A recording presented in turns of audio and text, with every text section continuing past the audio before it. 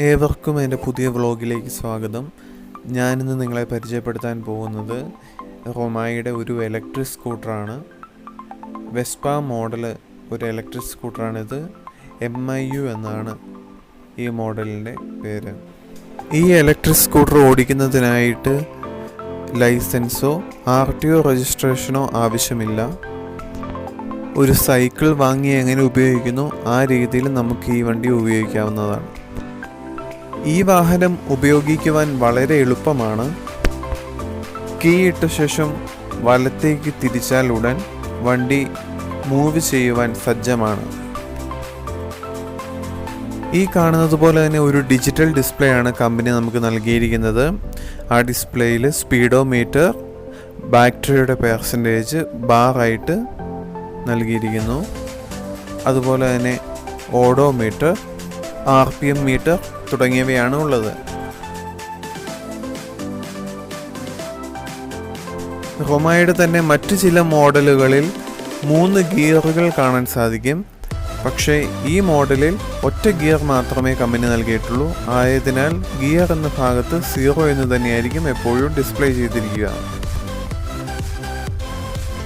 ഈ കാണുന്നതാണ് ഈ വാഹനത്തിൻ്റെ പാർക്ക് ഹെഡ്ലൈറ്റ് സ്വിച്ചുകൾ.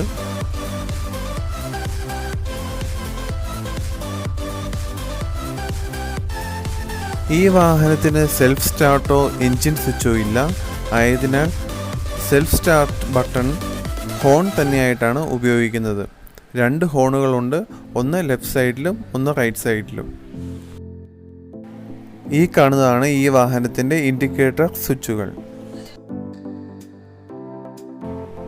കീ ഹോളിന് താഴെയായിട്ട് ഒരു ചെറിയ സ്റ്റോറേജ് സ്പേസ് കമ്പനി നമുക്ക് ഈ വാഹനത്തിൽ നൽകിയിട്ടുണ്ട്.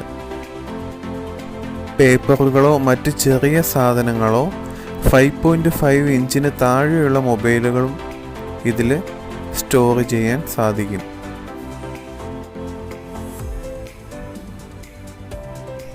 ഏതൊരു സ്കൂട്ടറിൻ്റെയും പോലെ തന്നെ സീറ്റിന് അടിയിലായിട്ട് അത്യാവശ്യം തരക്കേടില്ലാത്ത രീതിയിൽ കമ്പനി സ്റ്റോറേജ് സ്പേസ് നൽകിയിട്ടുണ്ട്. അത്യാവശ്യം തരക്കേടില്ലാത്ത രീതിയിൽ സ്റ്റോറേജ് സ്പേസ് ഉണ്ട്. മീഡിയം ഹെൽമെറ്റുകൾ മാത്രമേ ഇതിൽ ഫിറ്റ് ആവുകയുള്ളൂ.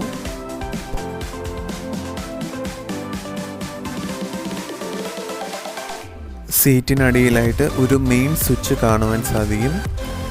അവിടെ ഓൺ ഓഫ് ഒരു സ്വിച്ചാണ്. അവിടെ ഓഫ് ചെയ്തിരുന്നാൽ കീ ഇട്ടാൽ പോലും വണ്ടി ഓൺ ആവുകയില്ല.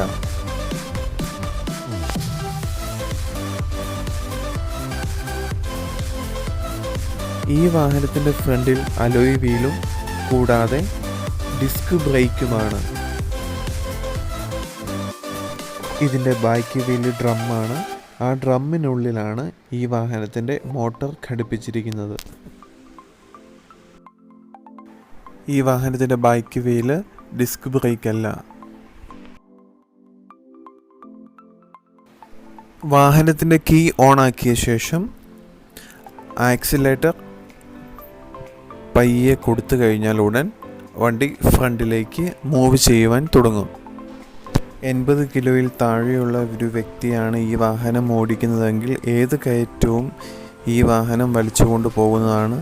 കയറ്റം കയറുമ്പോൾ സ്പീഡ് കുറവായിരിക്കും എന്നത് മാത്രമേ ഉള്ളൂ.